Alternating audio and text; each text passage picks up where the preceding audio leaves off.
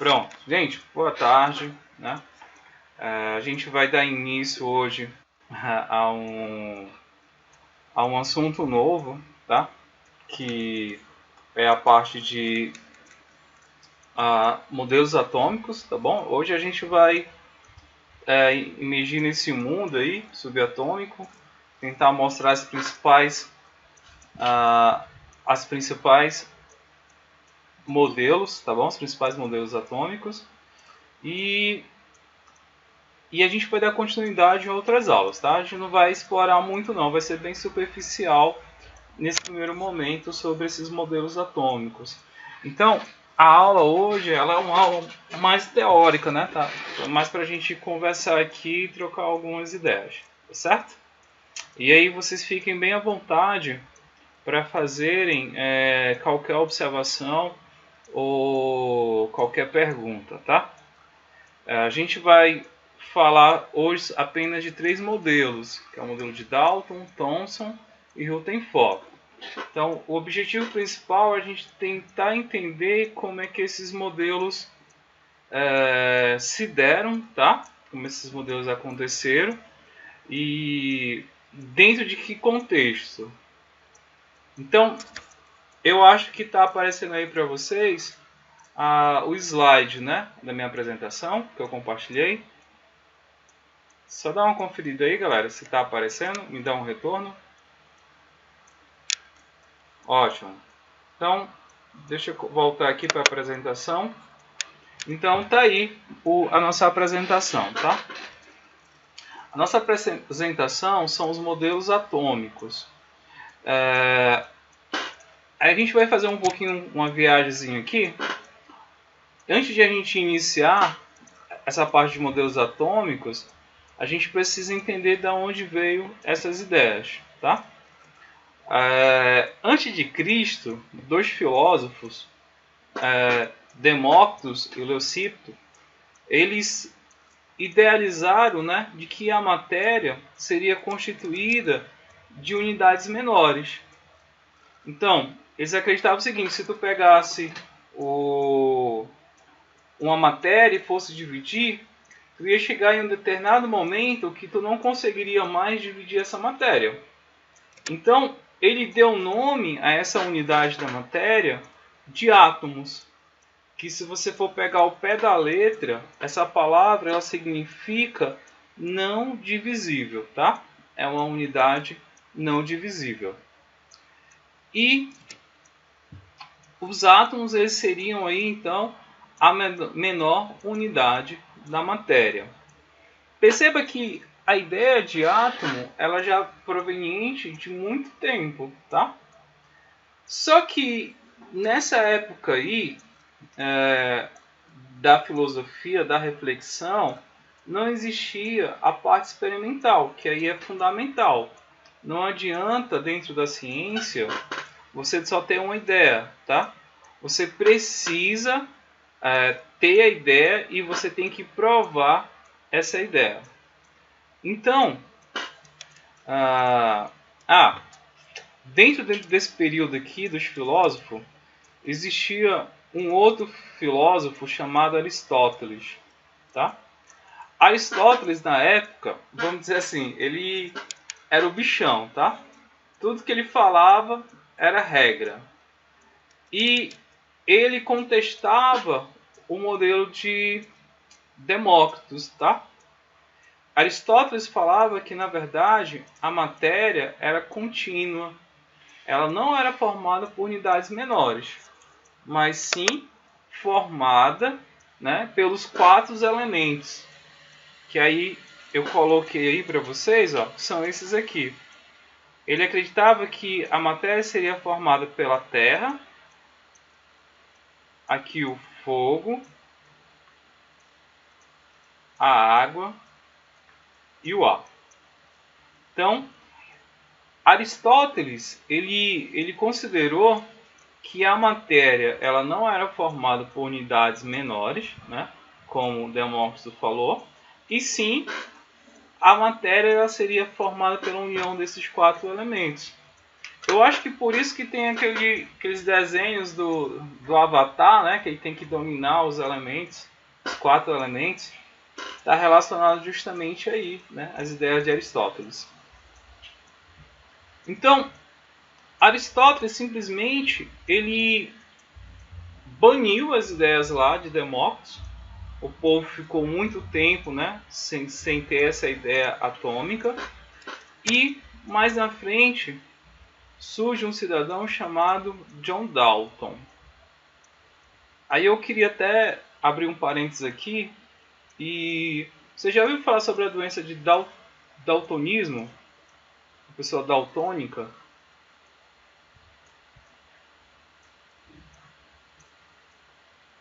Pronto, ó. Dalton, ele era daltônico, tá? Por isso que vem aí as pessoas que não conseguem distinguir claramente as cores, né? Está relacionado à doença de Dalton, né? Que é o cientista. Esses caras, né, esses cientistas lá da Idade Média, esses caras eram muito bons, né? Eles tinham recursos bem limitados, porém esses caras eram físicos, matemáticos, eles eram médicos, né? Então eram uns caras muito inteligentes. E John Dalton, ele lança a primeira ideia, tá, dos modelos atômicos. Então ele vai ser o nosso ponto de partida para a gente medir nesse universo aí dos modelos atômicos. Dalton ele vai se basear dentro das leis ponderais que a gente estudou, tá? Quais são essas leis ponderais? Vocês lembram lá das leis ponderais? As principais, que era a lei da conservação, até coloca aqui, ó, conservação da matéria.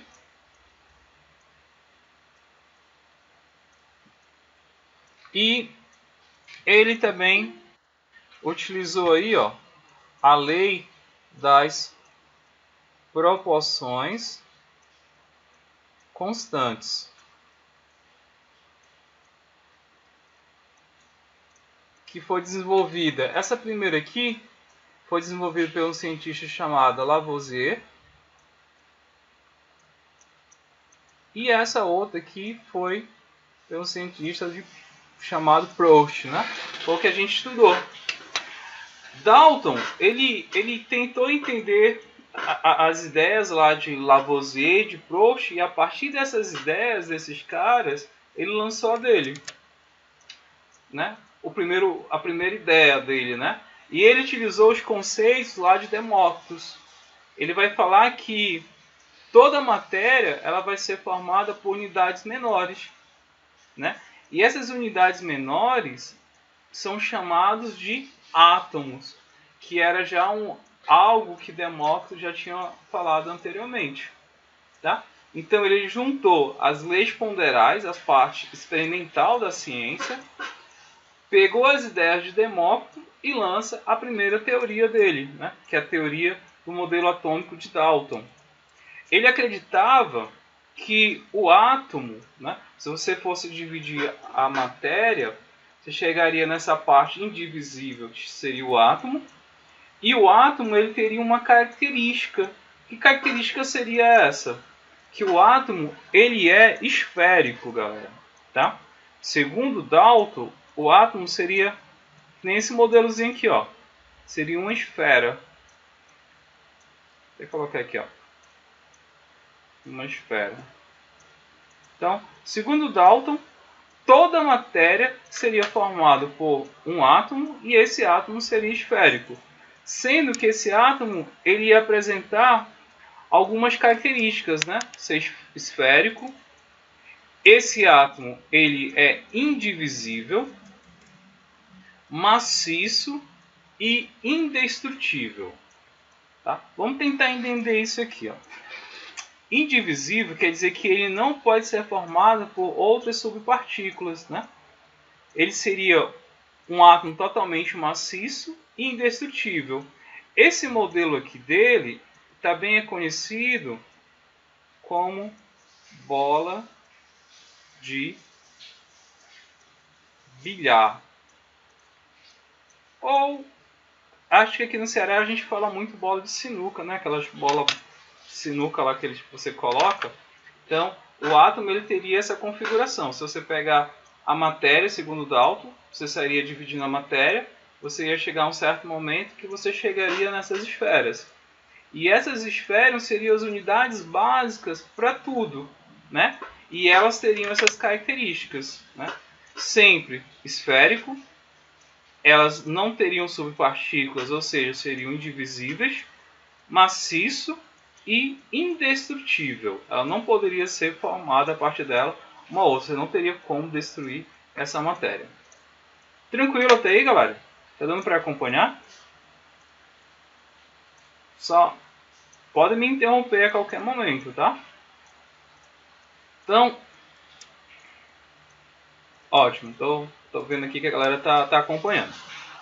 Então, Dalton, ele vai, a partir disso aí, ele vai usar alguns outros conceitos, né? Como é que ele chegou nessas ideias aí? Ó? Ele pensou o seguinte, ó.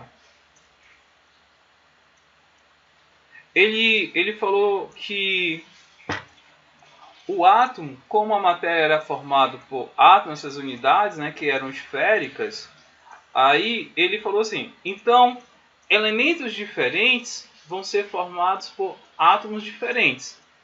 E como é que esses átomos iriam se diferenciar um do outro?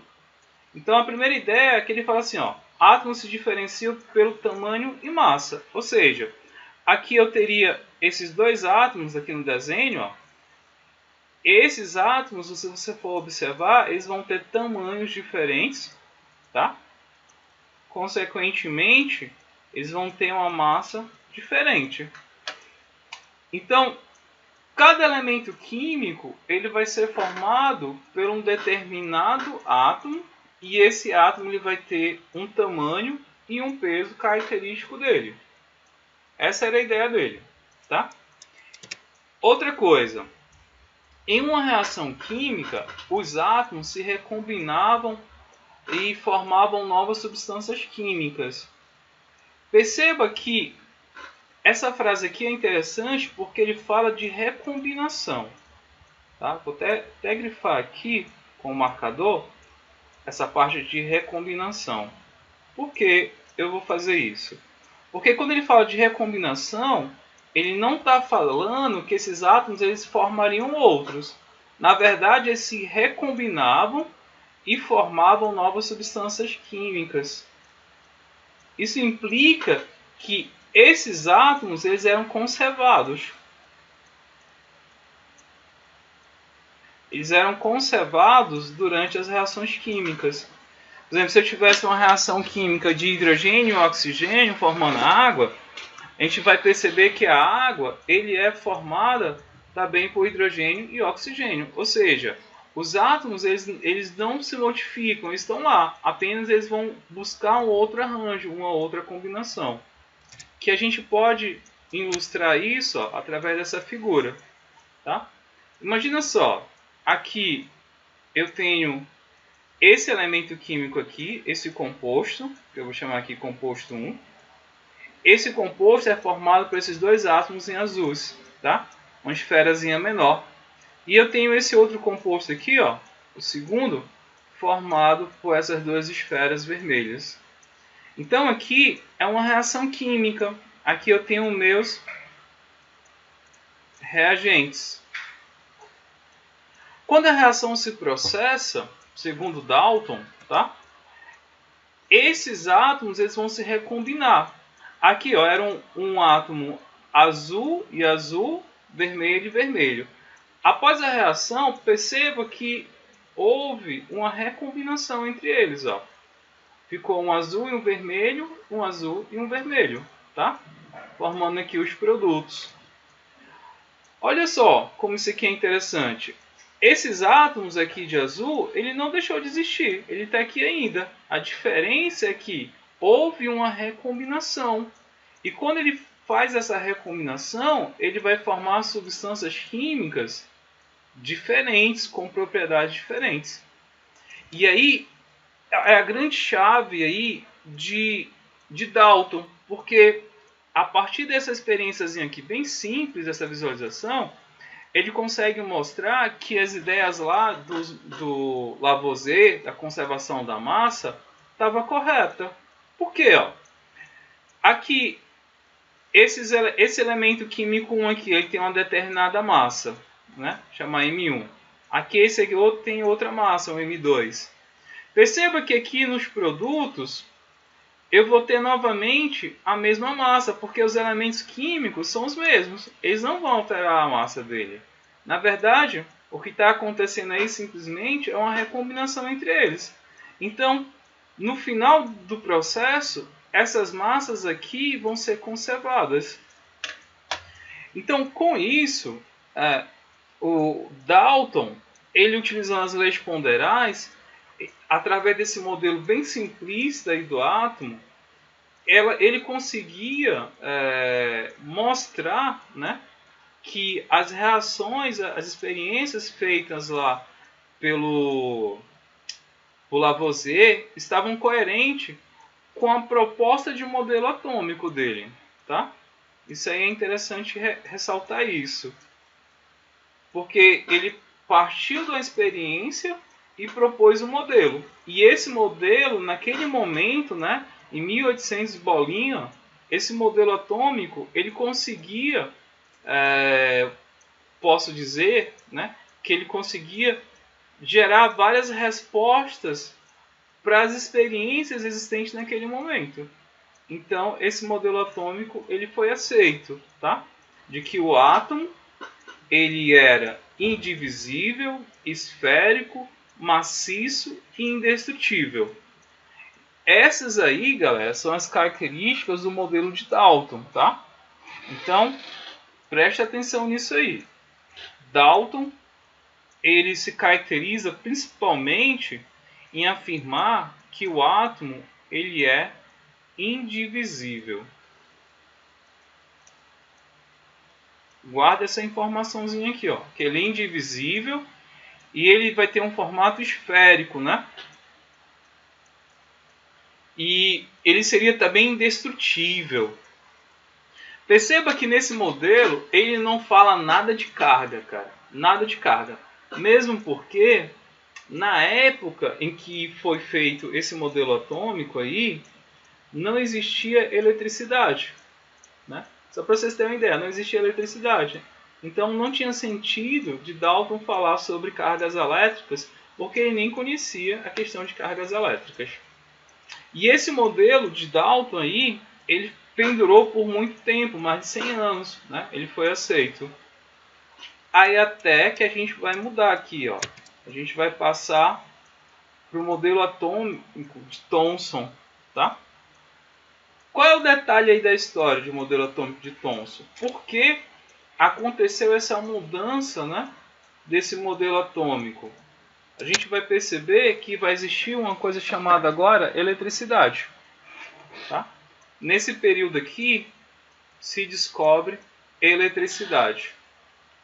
E o modelo de Dalton não explicava como a matéria conduzia a eletricidade. E agora os cientistas começam, né, nesse momento, a estudar esse fenômeno que chamava-se eletricidade. E começou-se a surgir algumas leis, né, dentro da física que... Sim, Ariane. Está relacionado também à pilha, que é o acúmulo dessa energia elétrica, né, que a gente vai falar também sobre isso. Mas aí, ó, para vocês terem uma ideia, isso aí surgia porque você já fizeram tipo uma experiência de fricção, pegar, sei lá, um pente, passar no cabelo, aí pega os papéis lá de uma folha de papel, coloca o pente, ele atrai essas folhinhas de papel, tá? São questões relacionadas à condutividade. E também na Europa, onde foi desenvolver essas teorias, aconteceu o quê?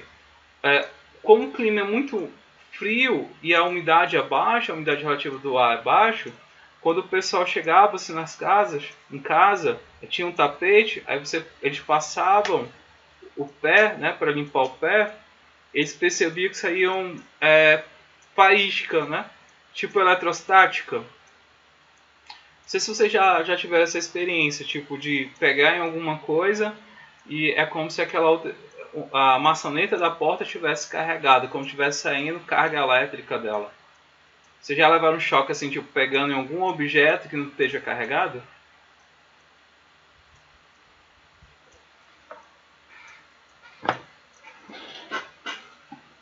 Pronto. Tem gente que não aí, né? Mas acontece, é chamado que a gente chama de eletrostática, tá? Aqui nem tanto, porque a gente tem um ambiente muito úmido, então é difícil, mas se você pegar um ambiente seco, acontece, a gente chama eletrostática. Tipo, pegar um balão, esfregar o balão na blusa e colocar próximo do cabelo, você vai perceber que o cabelo começa a levantar, tá? Isso devido à eletrostática. Mas vamos continuar aí, tá? Então surgiu esse gargalo aí que era eletricidade e a galera tinha que explicar como é que funcionava isso. E alguns cientistas começaram a trabalhar com chamado tubos de Crookes, que é esse desenho que eu coloquei aí, ó. Que é justamente relacionado esse tubo de Crookes ao cientista, né, que tinha esse nome. Também esse tubo ele é conhecido, chamado também tubos, até escrever aqui, ó, de raios catódicos. Como assim, professor? Vamos tentar entender esse tubozinho aqui. Detalhe. A gente tem esse tubo lá na escola, no nosso laboratório. Quando as aulas voltarem, eu mostro para vocês. Ele é muito interessante. Esse tubo, na verdade, é uma ampola. E ela vai ter dois polos. Um polo negativo e um polo positivo. É que nem fosse uma pilha. Se você pegar uma pilha de controle, tu tem um lado positivo e o lado negativo, não é isso? Então, aí também, esse tubo, ele tinha um lado negativo e um lado positivo, tá? São os polos. Esse polo negativo, ele era chamado de cátodo, por isso que é chamado de raios catódicos. E o polo positivo, aqui é chamado de ânodo. Dentro desse tubo, né? Dentro desse tubo aqui, tinha um gás, tá? Esse gás, ele era a baixa pressão. Você fazia uma bomba de vácuo, diminuía a pressão do sistema. Então você tinha um gás aqui dentro. E aqui, ó, eu tinha um sistema que gerava uma alta voltagem. Essa alta voltagem, ela era acima de 10.000 volts, né? Então, é uma voltagem bem considerada. E a galera percebia, quando se trabalhava com esses tubos de raios catódicos, que quando você ligava, né, essa voltagem, percebia, né, aparecia uns raios, por isso que é chamado de raios catódicos. Eu vou mostrar ali mais na frente para vocês. Mas deixa eu só tentar ilustrar aqui inicialmente como é que isso acontecia. Quando eu ligava aqui o sistema, saíam uns raios daqui, ó, do catodo em direção ao anodo. E esses gases, esses raios, eles eram visíveis, você conseguia perceber esses raios. Por isso que aqui o termo é raios catódicos, porque sempre ele saía aqui do catodo para o anodo. E a galera não sabia por que isso acontecia, tá? E esses raios, o detalhe é o seguinte, ó, independente do gás que eu colocasse aqui dentro dessa ampola, sempre eu teria esses raios catódicos. Sempre esses raios eles iriam aparecer. E ninguém sabia explicar isso, tá? Ninguém sabia explicar isso. Então, a gente vai caminhar aqui um pouquinho, ó. Eu vou explicar como que isso acontece. Então, antes de passar o slide, eu só queria que vocês visualizassem ele aí, ó, tubo de raios catódicos. entender o esquema dele, tá? A gente vai chegar lá ainda na tabela periódica. Ó. Eu tenho dois polos, um polo negativo, um polo positivo, ligado a uma corrente elétrica. A ideia é essa. Quando eu ligo a corrente elétrica, aparecia um raio, né? Que esse raio é chamado de raios catódicos, que aí eu vou apresentar para vocês aqui na frente. Inclusive tem até um vídeo aqui. E quando a gente voltar à aula, eu mostro para vocês ele ao vivo lá, tá? Então, passando aqui, ó. Essa aqui é a ilustração daquele tubo lá, tá? Só que com a animaçãozinha aí. Tá vendo essa luzinha verde que está aparecendo aí, galera? Essa luz verde é justamente o que a gente chama lá dos raios catódicos, tá?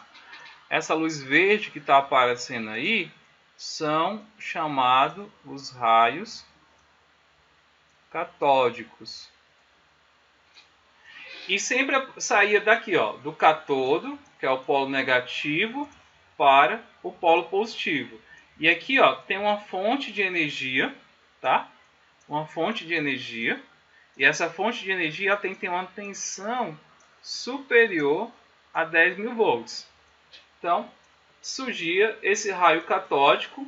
E aqui dentro dessa ampolazinha aqui, ó, tinha um gás, né? E esse gás ele sempre ficava a baixa pressão. E eles percebiam que apareciam aí esses raios catódicos. Calma, isso aqui é só uma ilustração, eu vou mostrar o real já já.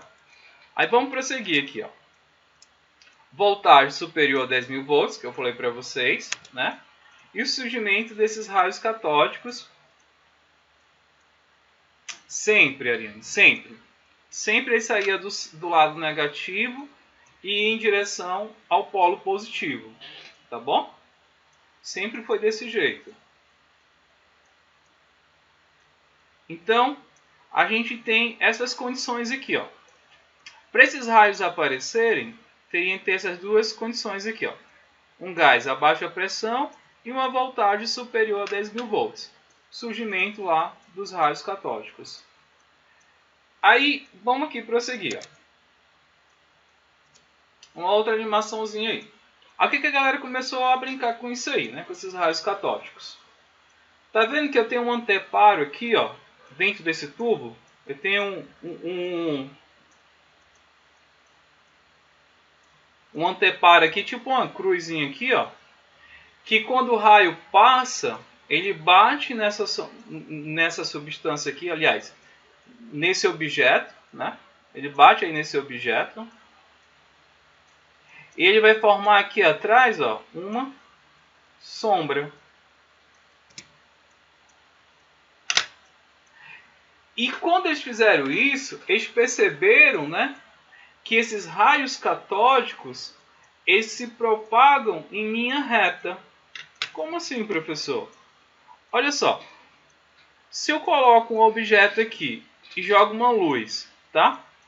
Se ele não tivesse em linha reta, a sombra que aparece aqui no fundo, ó, essa sombra que aparece aqui no fundo, não ficaria aqui, tá? Ela ficaria em qualquer outra direção, menos aqui. Como ele está em linha reta, ela vai aparecer justamente aqui atrás.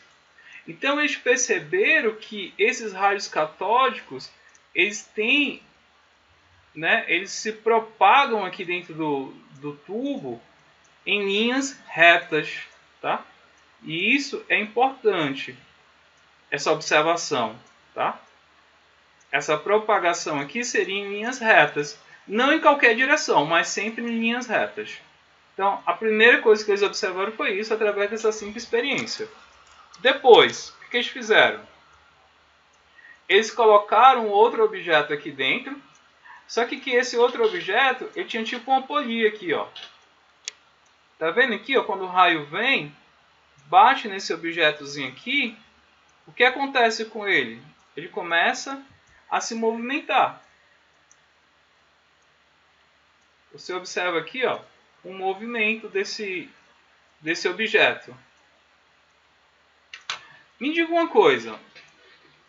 Francamente, se você pegar uma lanterna, vamos imaginar uma lanterna, né? Ou a luz do celular, melhor a luz do celular. Você pegar lá o flash do teu celular. tu coloca nesse anteparozinho aí, tá? A luz do celular. Ele vai movimentar essa luz? Ela movimenta essa palhetazinha? O que vocês acham?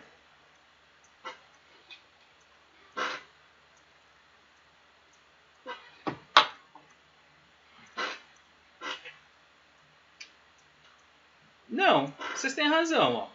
Se eu pegar uma luz e colocar no objeto, ele não vai se movimentar, tá? E para alguma coisa se movimentar, eu preciso de quê, galera? Para aquele negócio se movimentar ali, ó, tem uma luz passando por ele e ele está se movimentando. O que eu posso concluir disso aí? Qual é a conclusão? Para um objeto se movimentar, precisa de quê? Energia. Mas aí, beleza, precisa de energia. Mas nesse caso aí, é um choque mecânico, tá bom? Se você observar aí, é um choque mecânico. É como se o vento fosse um vento. Bate, ele começa a girar. Tiago falou aqui de massa. Beleza, de massa. Perfeito, Tiago. Gostei, ó. Esses raios catódicos... Deixa eu colocar aqui, ó. Raios catódicos que apareciam aí, eles teriam, na verdade, ter uma certa massa, tá bom? Então, se eles precisariam ter uma certa massa, esses raios catódicos, certamente, eles seriam formados por partículas, tá bom? Eles seriam formados por partículas. Tá valendo, Marinha, tá valendo. A Ana Shelda falou da força. Força que teria uma força para se deslocar, né? E essa força está relacionada justamente à diferença de potencial. Esses raios catódicos, eles apresentam uma determinada massa.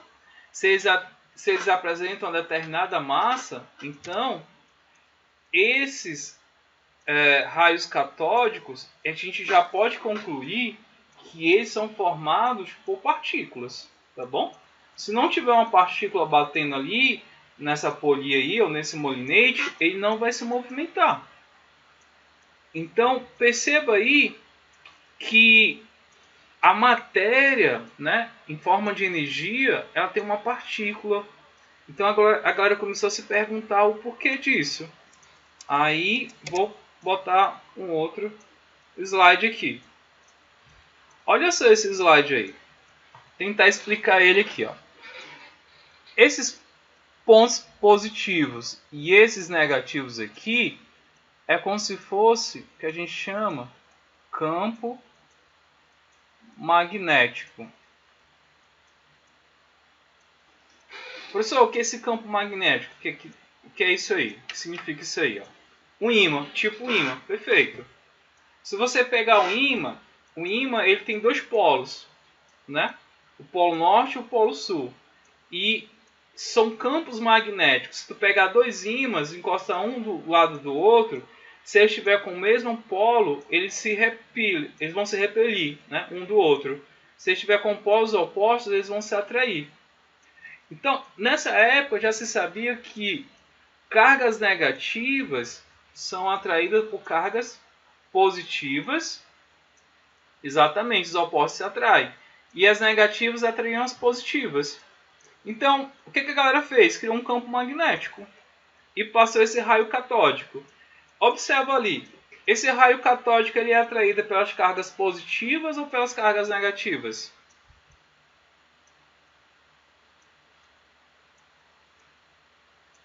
O que vocês conseguem observar aí na figura?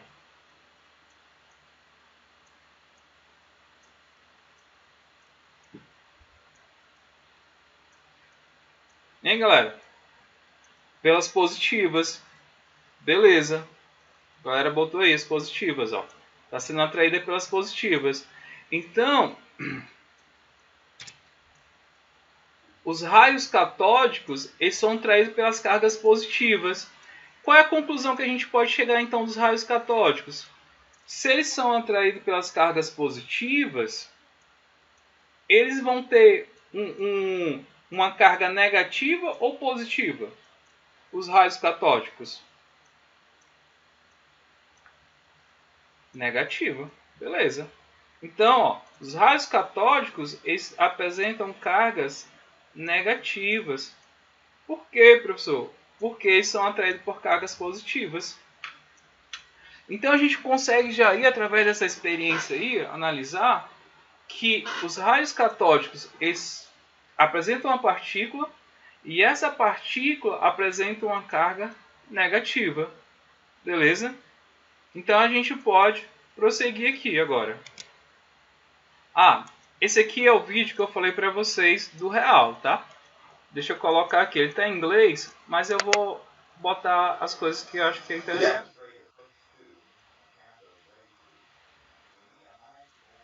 Pronto, deixa eu dar um pause aqui do vídeo, rapidinho. Tá vendo essa ampola aí, galera? No vídeo, a gente tem lá no laboratório ele, tá? Esse aqui, ó, é o tubo de raios catódicos, tá bom? Esse aqui é o tubo de raio catódico. A gente tem lá no laboratório. Esse aqui, ó, que tá bem aqui, ó, é a fonte, tá? Essa fonte aqui que gera voltagem. Aí aqui de um lado eu tenho um polo positivo e aqui do outro lado, ó, eu tenho um polo negativo, onde está ligado aqui as alças, ó.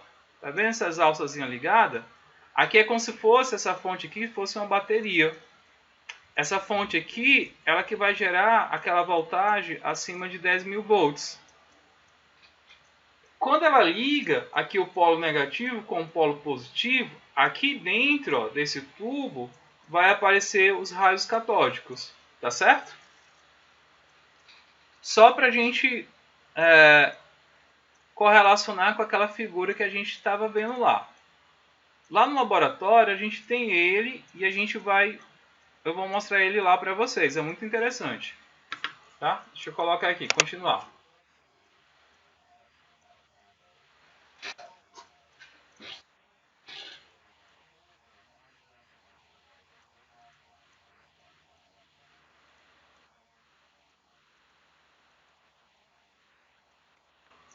Pronto. Tá meio travando, né? Mas eu vou dando umas pausas aqui no que eu acho que é importante, ó, Jonas. Tá vendo aí o vídeo, ó? Tá vendo aqui dentro do tubo, quando ele ligou o equipamento aqui, ó. Ele ligou aqui o equipamento. E aqui dentro, ó, a gente consegue observar os raios, tá bom? Os raios catódicos. Vocês podem depois dar uma olhada o vídeo na íntegra lá no YouTube. É só botar raios catódicos que aparece esse vídeo. Todo mundo está visualizando essa tonalidade esverdeada aqui dentro do tubo, galera? Pronto. Olha só o que ele vai fazer, ó. Vixe, aí, o vídeo voltou. Deixa eu só acelerar aqui.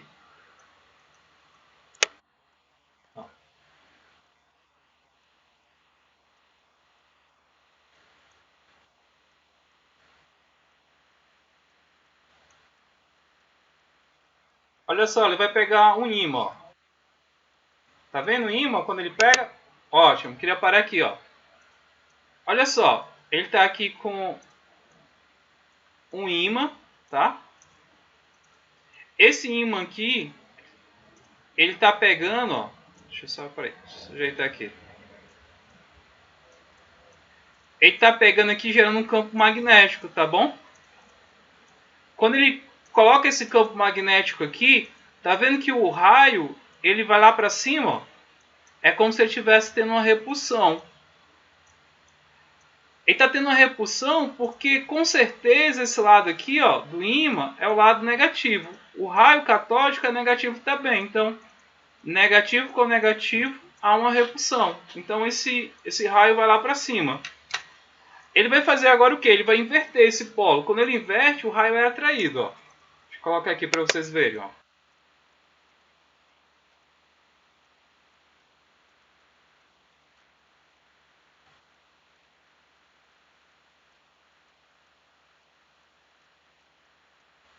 Pronto, ele mudou.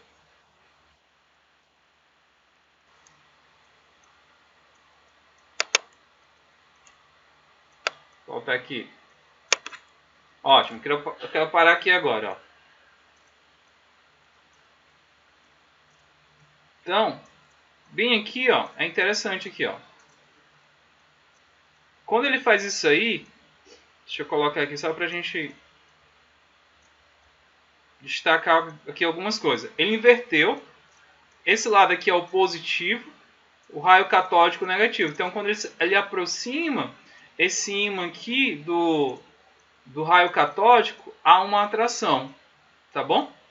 Então, o raio catódico ele é atraído aqui, ó, pelo polo positivo. Beleza, galera?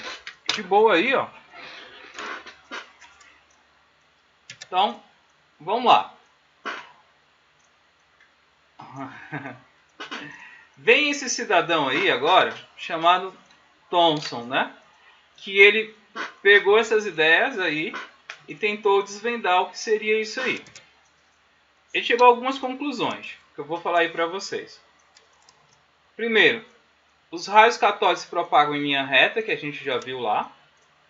Eles iriam apresentar uma massa, por isso que eles mexiam aquela polia. E os raios catódicos apresentam cargas negativas, que a gente concluiu também, tá?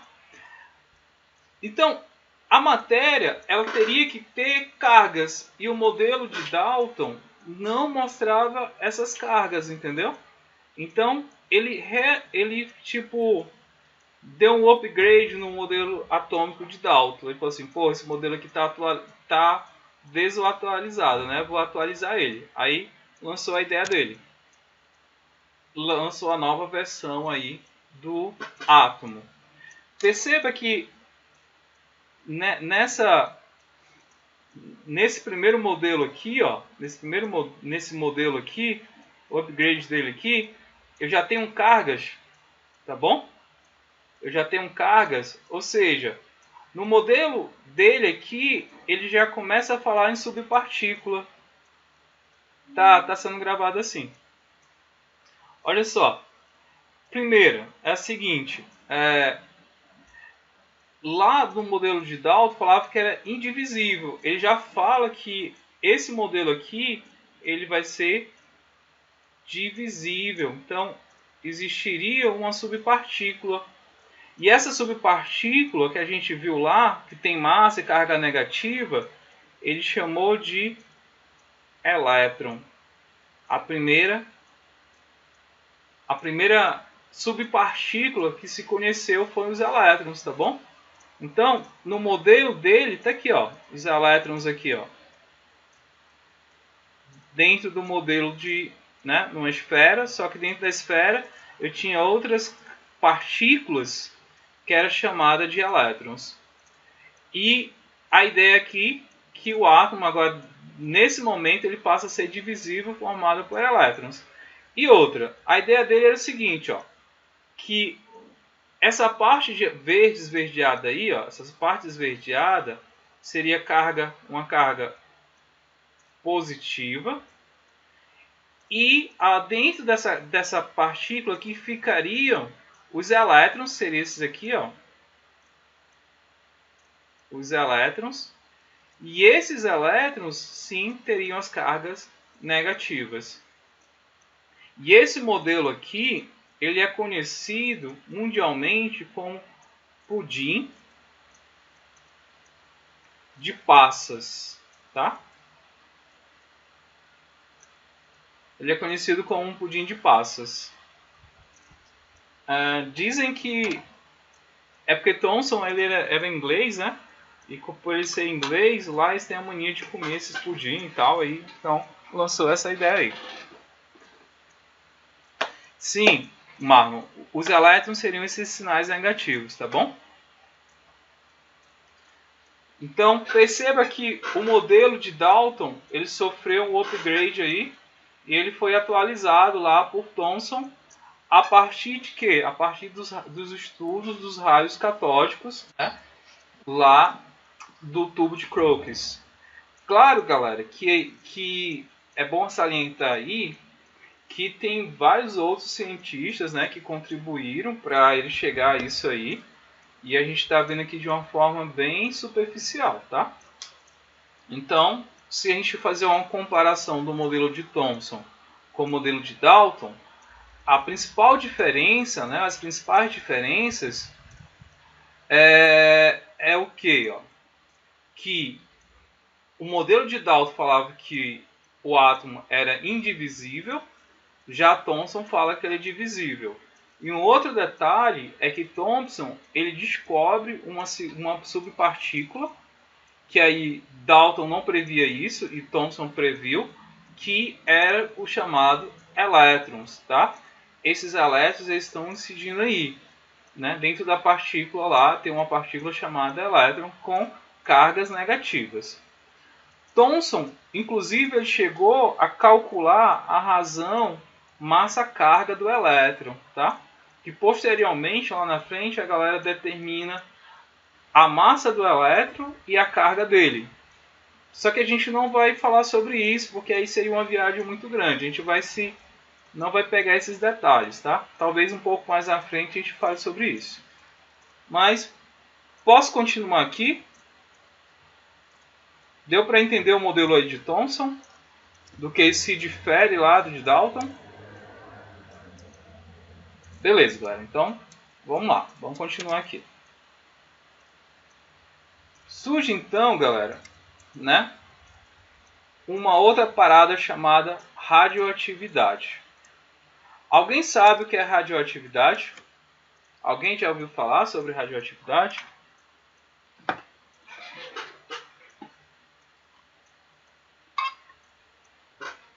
Beleza. Dá um exemplo aí, galera, que se usa radioatividade. Só para a gente contextualizar aqui. Raio-X de hospitais. Beleza, Thiago. Show de bola. O raio-X, ele é um tipo de radiação, tá bom? Bombas atômicas, usinas nucleares, né? Então, tem várias aplicações de radioatividade no nosso dia, né? A gente conhece bastante aqui, ou a gente tem um conhecimento aqui sobre radioatividade. Esse negocinho aqui é perigoso, né? O que vocês acham?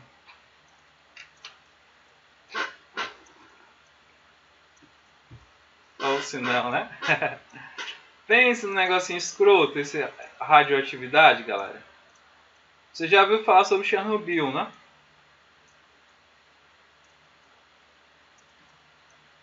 As bombas atômicas, né? Aqui no Brasil já teve um acidente também relacionado à radioatividade com materiais hospitalares. Então, pensa no negócio escroto, é radioatividade. Mas, voltando para cá. Olha só. Na época de Thomson, ninguém conhecia a radioatividade. Ninguém sabia falar o que era radioatividade. Tá? Pouco tempo depois, se descobriu que alguns elementos químicos eram radioativos. Né? Inclusive, muitos cientistas morreram, né, devido à radioatividade, porque eles trabalhavam com materiais radioativos e não sabiam que esses materiais eles eram danosos, né, para as células, principalmente com câncer, formação de câncer, entre outras coisas aí. E esses materiais radioativos eles são bonitinhos, né, que eles liberam uma certa energia e tem uma luminosidade. E o pessoal brincava com isso e tal. E se percebeu depois que esses materiais causavam câncer. Então, muita gente que trabalhou no desenvolvimento de radioatividade, a galera morria devido à questão do câncer. Né? Inclusive, quando você vai ao hospital fazer um raio-x, que é mais comum,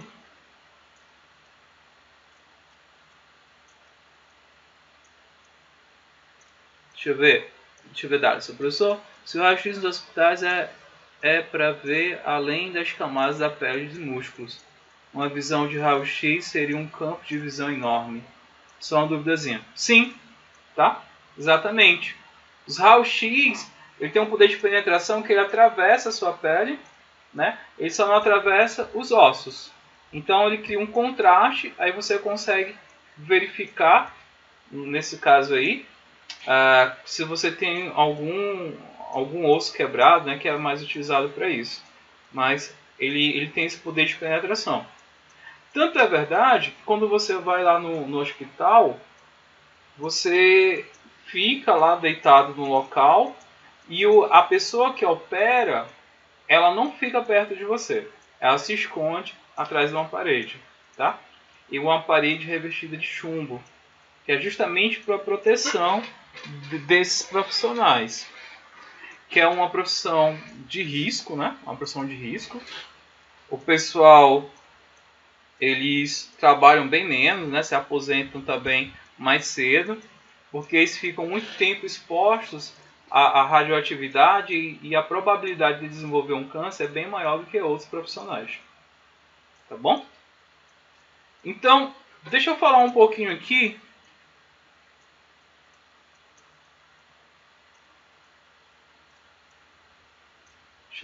Deixa eu ver aqui o que o Darlison está falando. A visão de raio-x seria a vista além do solo e era aquelas antigas que tinham que ficar em pé. Assim, galera. O raio-x, né? A gente vai só... Senão a gente vai acabar viajando muito aqui, tá bom? Então, o raio-x é um tipo de radioatividade. Então, quem já passou por essa situação de quebrar um pé ou um braço, né? E ter ido. Dentista também, quando você vai fazer... às vezes você vai botar o aparelho, a galera bate o raio-x da boca. Então tem que ter uma proteção no pescoço, né? Para ficar só aquela parte exposta, porque é perigoso, tá bom? Então, voltando aqui, ó.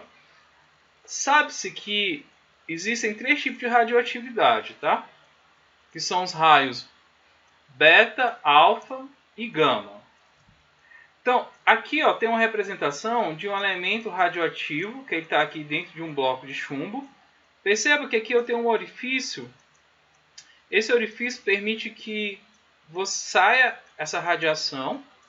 Essa radiação ela passa aqui, ó, e ela entra dentro de um campo magnético. Quando ele passa dentro do campo magnético, aqui eu tenho um lado positivo e lado negativo. Os raios alfa, né, eles são atraídos pelas cargas negativas, enquanto que o beta ele é atraído por cargas positivas. Então eu posso dizer, ó, que os raios alfa, eles se são atraídos pelas cargas negativas, ele vai ter uma carga positiva, enquanto que o beta, como ele é atraído pelo positivo, ele vai ter uma carga negativa. E o raio gama, ele não tem carga. E dentre todos, o raio gama, ele é o mais destrutivo. Tá?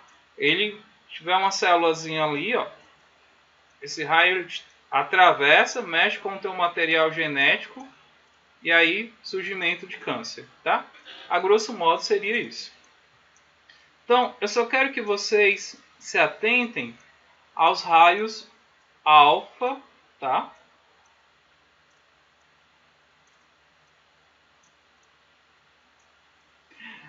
É porque assim, Marlon, quando você faz um raio-x, você faz uma vez, ou se duvidar muito, assim, na sua vida toda você não passa de 10 raio-x, né? Então, acaba não sendo tão perigoso. Mas se você trabalhar todo dia com aquilo, aí sim, aí é perigoso. Tá? Então, vamos se atentar aqui, galera. Ó, o raio alfa é o que a gente vai trabalhar já já. A gente só quer que vocês lembrem que ele é um raio que tem carga positiva, beleza? Então, vamos lá. Modelo de Rutherford. Rutherford, ele era um físico, né? E o que ele fez? Ele tinha uns alunos lá de mestrado, lá na faculdade, que queriam trabalhar lá com ele. Ele pegou e falou assim, rapaz, tem um projeto aí. As moleques tudo, né? Ficaram alegres. Então, professor, a gente quer trabalhar com o senhor e tal. Então, meu trabalho é o seguinte, ó. Vocês vão pegar uma lâmina de ouro. Que é essa bem aqui, ó. Deixa eu só localizar tudo aqui. Deixa eu mudar a tonalidade aqui, a cor, que eu acho que fica mais fácil. Bem aqui, ó, no centro, aqui é uma lâmina de ouro. Aí a ideia do trabalho que o Rutherford propôs para esses alunos era o quê? Aqui eu tinha um material radioativo.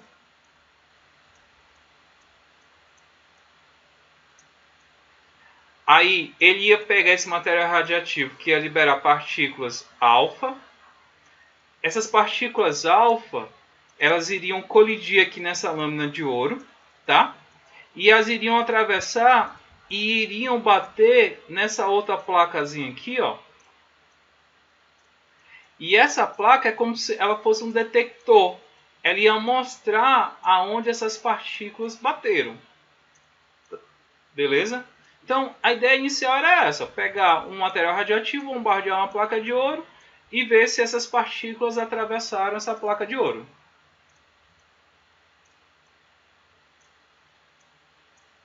Então, quando a galera foi lá para o laboratório, a galera fez essa experiência aí, ó. Pegou o material radioativo, jogou lá, bateu. Só que eles perceberam que algumas partículas alfa, elas desviaram do trajeto. Em vez de ela vir aqui direto, essas partículas alfas, elas se desviaram. Elas sofreram um desvio aqui. Aí a galera foi lá no professor, né, fez a experiência, foi lá no professor e falou assim, ó, professor, o resultado é esse aí. Aí quando o professor analisou os resultados, o Rutherford, né, ele falou assim, olha, cara, tá errado isso aí, né? Não é para ter esses desvios, vocês fizeram alguma coisa errada aí. Então volte lá e faça de novo. Aí os caras foram lá, fizeram de novo e obteram o mesmo resultado. Eles percebiam que essas partículas alfas, elas sofriam desvios. E não era previsto isso. Deixa eu fazer só uma analogia aqui para vocês, ó. Se a pessoa pegar um 38, tá? Pega uma folha de papel, dá um tiro na folha de papel, o que acontece com a folha de papel? A bala é desviada?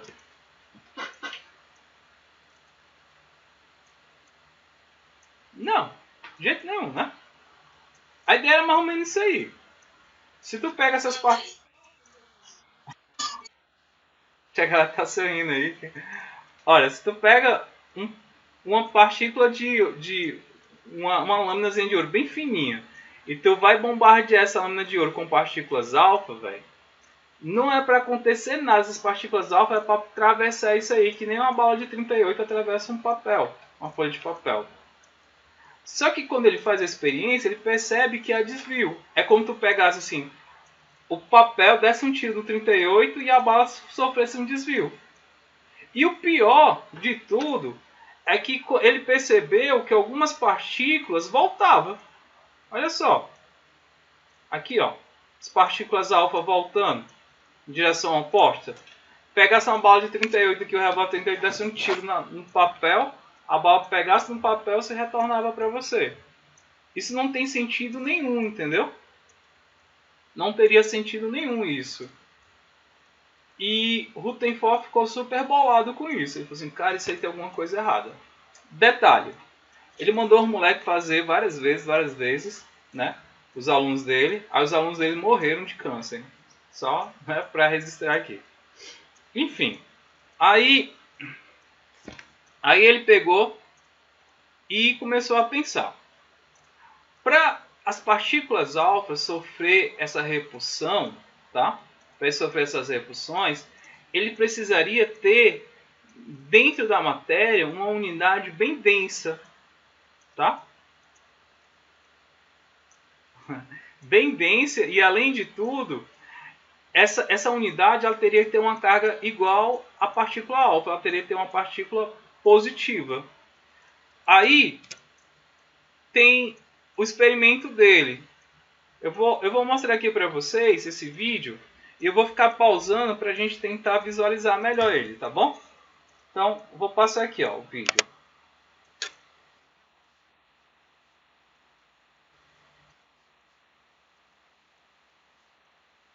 Pronto, ó. Vocês estão vendo aí, ó, que aqui é aquela experiência. Ó. Tem aqui o material radioativo aqui. Deixa eu só colocar aqui outra cor. Aqui eu tenho um material radioativo. Esse está bem aqui, é o material radioativo. Tá vendo esses pontinhos aqui que está saindo aqui, ó?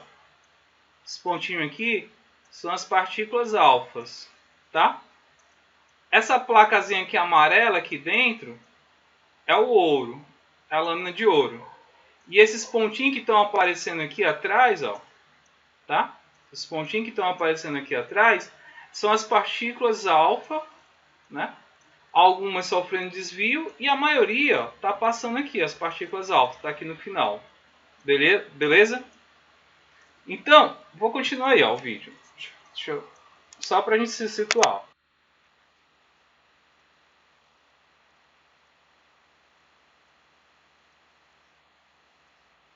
Comportamentos das partículas. Uma quantidade muito pequena de partículas não atravessava a lâmina e voltava. A grande maioria atravessava a lâmina sem sofrer desvios.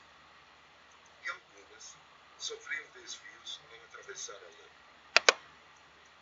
Em 1900... Peraí, perdão, deixa eu parar aqui.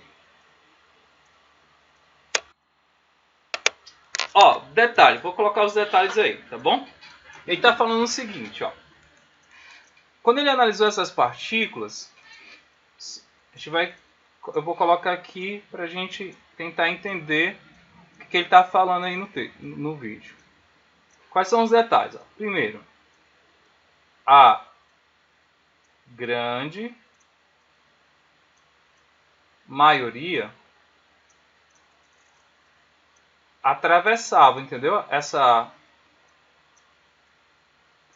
Atravessava a lâmina de ouro. A grande maioria das partículas alfas, aqui a gente está fazendo observação, ó, para as partículas alfa. Então, a observação foi essa. Ó. A grande maioria atravessava e colidia bem aqui. Ó. Porém, algumas sofriam desvio. Essas aí são as observações. Ó. Esse primeiro ponto aqui era esperado, que elas atravessassem a partícula de ouro e colidissem aqui no final. No entanto, isso aqui que não era esperado. Ó. Algumas sofreram desvios, que são esses casos aqui. Ó. Que essas partículas elas estão colidindo aqui na lateral, né? Inclusive até voltando. E isso não era esperado. E como é que você explica isso? Aí ele vai começar a falar aqui, ó. Para explicar essas observações, Rutherford imaginou que os átomos de ouro fossem constituídos... Pronto. Deixa eu parar aqui, pausar o vídeo aqui. Só apagar aqui o que eu escrevi. Olha a ideia aí de Rutherford, tá? Para acontecer o que ele visualizou, ele imaginou o seguinte, ó. Na lâmina de ouro, ela seria formada por partículas, os átomos, né? Só que esses átomos, eles teriam duas regiões, galera. Deixa eu desenhar ele aqui, que eu gosto de desenhar. Fica melhor. Essas regiões seriam o seguinte, ó. Ele teria um centro, um núcleo, e ao redor desse núcleo, ele teria uma outra região, que eu vou falar já já para vocês, que é chamada eletrosfera. Deixa eu só desenhar aqui esse átomo. Pronto. Ó. O átomozinho do Dime neutro. Beleza? Seriam esses aqui, ó. Aqui no centro desse átomo aí, dessa estrutura, essas aqui, ó, ele chamou de núcleo, tá? E esse núcleo, ele teria uma carga positiva. E aqui, fora da estrutura, que seria essa parte esbranquiçada aqui, ó, ele seria o que a gente chama nuvem, ou eletrosfera, né? Eletrosfera, perdão, peraí, deixa eu só apagar aqui e colocar a eletrosfera. É um negócio difícil. Vou escrever aqui, ó. Eletrosfera. Essa eletrosfera, ela teria cargas negativas. Então, se a gente analisar o vídeo aí, ó, o que vai acontecer, ó? Tá vendo que essas partículas alfas, elas viajam e elas, algumas atravessam aqui, ó, totalmente sem sofrer nenhum desvio. Por quê? Porque essas partículas alfas aqui, elas são positivas. Se elas passam por esse espaço aqui, aonde está a eletrosfera, que é negativa, então ela passa de boa. O problema é quando ela se aproxima daqui, ó. Quando elas vêm e se aproximam aqui do núcleo. Como essas partículas alfas são positivas e elas colidem com o núcleo, quando elas colidem, elas vão sofrer o que a gente chama de desvios, tá? Ou então elas podem se chocar frontalmente e voltar. Isso aí é o que ele tentava ver como a possibilidade, entendeu? Ricochete, exato. Batia lá e voltava. É como se estivesse dando um tiro no papel e a bala voltasse, entendeu? Isso ia acontecer se tivesse essas estruturas aqui, ó. Nesse modelo. Que aí, esse modelo não tinha nada a ver com o modelo lá de Thomson. É um modelo totalmente diferente. E ele teve que modificar o modelo atômico a partir dessa experiência aí que ele percebeu. Deixa eu finalizar aqui o vídeo, ó. A passagem de partículas e de uma região periférica negativa, praticamente sem massa, pela qual passavam as partículas. Então, ó, se você pegar aqui esse modelo, é como se aqui, ó, eu tivesse os elétrons aqui circulando com as cargas negativas e aqui dentro eu teria uma carga positiva. Então, os raios alfa, eles passariam aqui, ó, tranquilamente aqui por dentro. Porém, quando eles chegavam aqui no núcleo, eles sofriam desvios, tá? Essa aí era a ideia de Rutherford. Aí ele pegou, ó, e lançou o modelo atômico dele. Perceba que esse modelo atômico aqui, ó, ele é totalmente diferente do modelo de Dalton e de Thomson, tá? Esse modelo, ele vai dizer o seguinte, ó, que esse modelo ele vai ser formado por duas regiões, que ele chamou de eletrosfera e núcleo. Quem seria o núcleo dessa estrutura dele aí? Deixa eu pegar aqui, deixa eu só colocar aqui. Aqui, né, seria o que ele chamou de núcleo, tá? E esse núcleo, ele teria uma carga positiva. E o restante, né, a região restante aqui, onde estão essas bolinhas azul aí, isso aqui ele chamou de eletrosfera.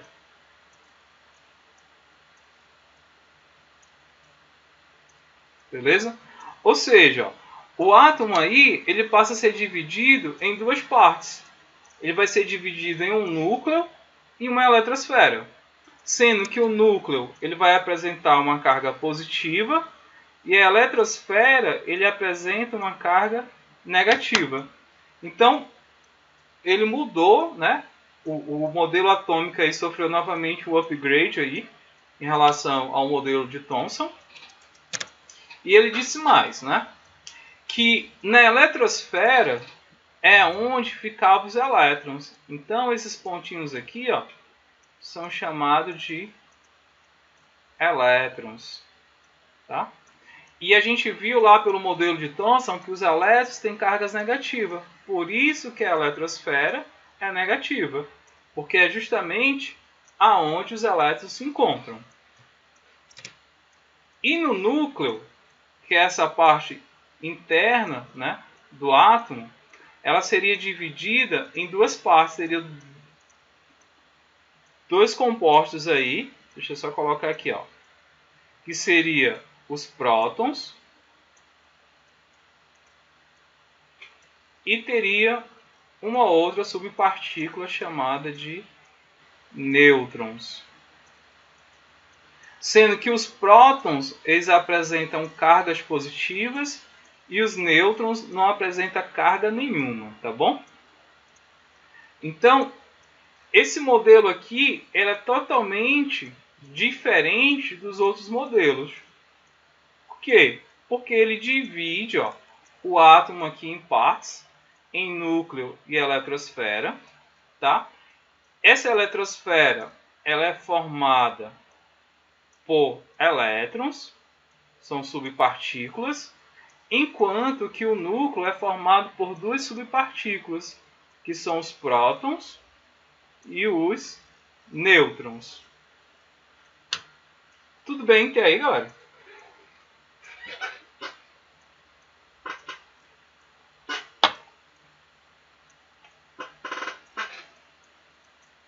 Deixa eu ver aqui. Ótimo. Então, se a gente for pegar o modelo de Dalton, o modelo de Thomson e o modelo de Rutherford, a gente vai ver características entre eles, tá? Que é aí que é importante a gente compreender essas características. Primeira característica de Dalton: indivisível, né? Esférico, maciço e indestrutível. Thomson, ele já fala que o átomo ele é divisível e ele fala que o átomo ele apresenta os elétrons. Porém, esses elétrons estariam incrustados, né, na própria esfera do átomo. Aí Rutherford ele já fala assim: opa, não é bem assim não, tá? Na verdade, o átomo ele vai apresentar duas regiões. Nessas duas regiões, uma é formada pelo núcleo, que aí apresentam duas subpartículas, que são os prótons e os nêutrons, onde os prótons eles vão ter cargas positivas, e a outra região é uma região chamada eletrosfera. E essa região eletrosfera, ela é composta pelos elétrons e ela tem cargas negativas. Certo? Aí, Rutherford, ele fala mais um monte de coisa que a galera não sabia explicar. Vou explicar aqui para vocês. Ou falar isso para vocês, ver se vocês conseguem compreender. Primeira coisa, galera, analisando aí o modelo de Rutherford. Quem é que vocês acham que tem maior tamanho? O núcleo ou a eletrosfera do átomo? Você dividir, né? Como está dividido aí, em núcleo e eletrosfera. Quem é que tem um espaço, ocupa um espaço maior? O núcleo ou a eletrosfera? Tiago falou que os elétrons, né? Deve estar se referindo à eletrosfera. Isso não é a eletrosfera. Beleza, é isso mesmo. Ó. A eletrosfera ela é bem maior do que o núcleo. Bem maior mesmo do que o núcleo. Vou fazer uma analogia aqui para a gente tentar entender. Pega uma bola de ping-pong, né? Uma bolinha de ping-pong, e coloca no centro do castelão. Só para você ter uma ideia. Essa bolinha de ping-pong, ela seria o núcleo, e o restante do estádio, do castelão, seria o quê? A eletrosfera. Tá certo? Então, perceba que a diferença entre o núcleo e a eletrosfera ela é muito grande, tá? O átomo ele é mais formado por eletrosfera do que núcleo. O núcleo é bem pequenininho, enquanto que a eletrosfera é imensa, tá? Por isso que ele percebia que a maioria das partículas passavam, porque a eletrosfera é bem superior ao núcleo. Somente uma parte era desviada, porque o núcleo era muito pequeno. E ele conseguiu, através de alguns cálculos, mensurar isso, tá? Então, se a gente trazer para um mundo que a gente consiga visualizar, a ideia seria essa. O núcleo seria uma bolinha de ping-pong no centro do castelão e o restante seria a eletrosfera. Tranquilo aí, esse entendimento aí de tamanhos entre o núcleo e a eletrosfera? Beleza. Agora eu vou falar uma outra coisa. Que aí ele chocou também muita gente. Ele falou o seguinte, ó. A massa do átomo... Eu vou perguntar primeiro para vocês. Vocês acham que quem pesa mais é a eletrosfera ou o núcleo? Olha só, a eletrosfera é bem maior do que o núcleo. Quem que pesa mais, a eletrosfera ou o núcleo?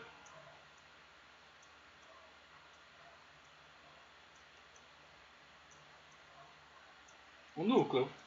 Perfeito.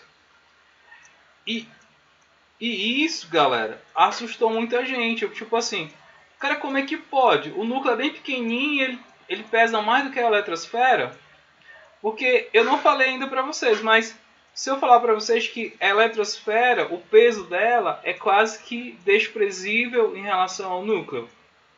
Assim, como assim, professor? Só para vocês terem uma ideia, ó. Se tu fosse capaz, né? Vamos lá. Imagina só. Tu pega um trator, coloca ele em cima de uma balança, tu pega o peso dele, vamos dizer aqui que um trator dá 10 toneladas, tá bom? Aí tu vai e percebe que o peso do trator todinho está relacionado a um grão de areia, né? Um grão de areia que está lá em cima do pneu do trator. E que se tu tirar esse grão de areia, o trator não vai pesar nada.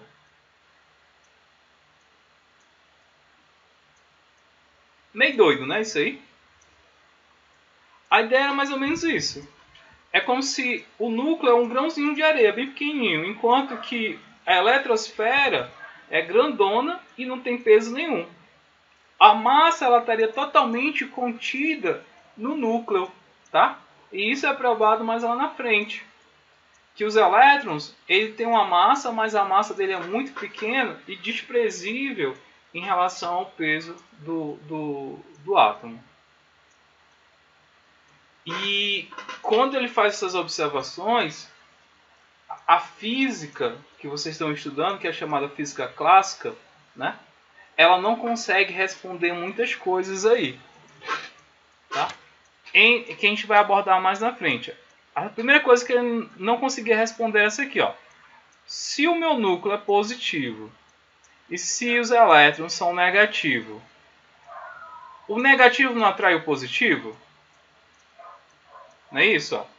Se eu tenho uma carga positiva e tenho aqui uma carga negativa, não existe uma força de atração? Então, os físicos acreditavam que esses elétrons iriam circular o átomo e ia chegar um momento que ele ia acabar colidindo com o núcleo, porque ele seria atraído. E eles indagaram o Rutherford sobre isso, né? Que esse modelo dele não estava certo, estava incoerente, né? E Rutherford falou, rapaz, eu não sei, só sei que é assim, nem o Chicó, né?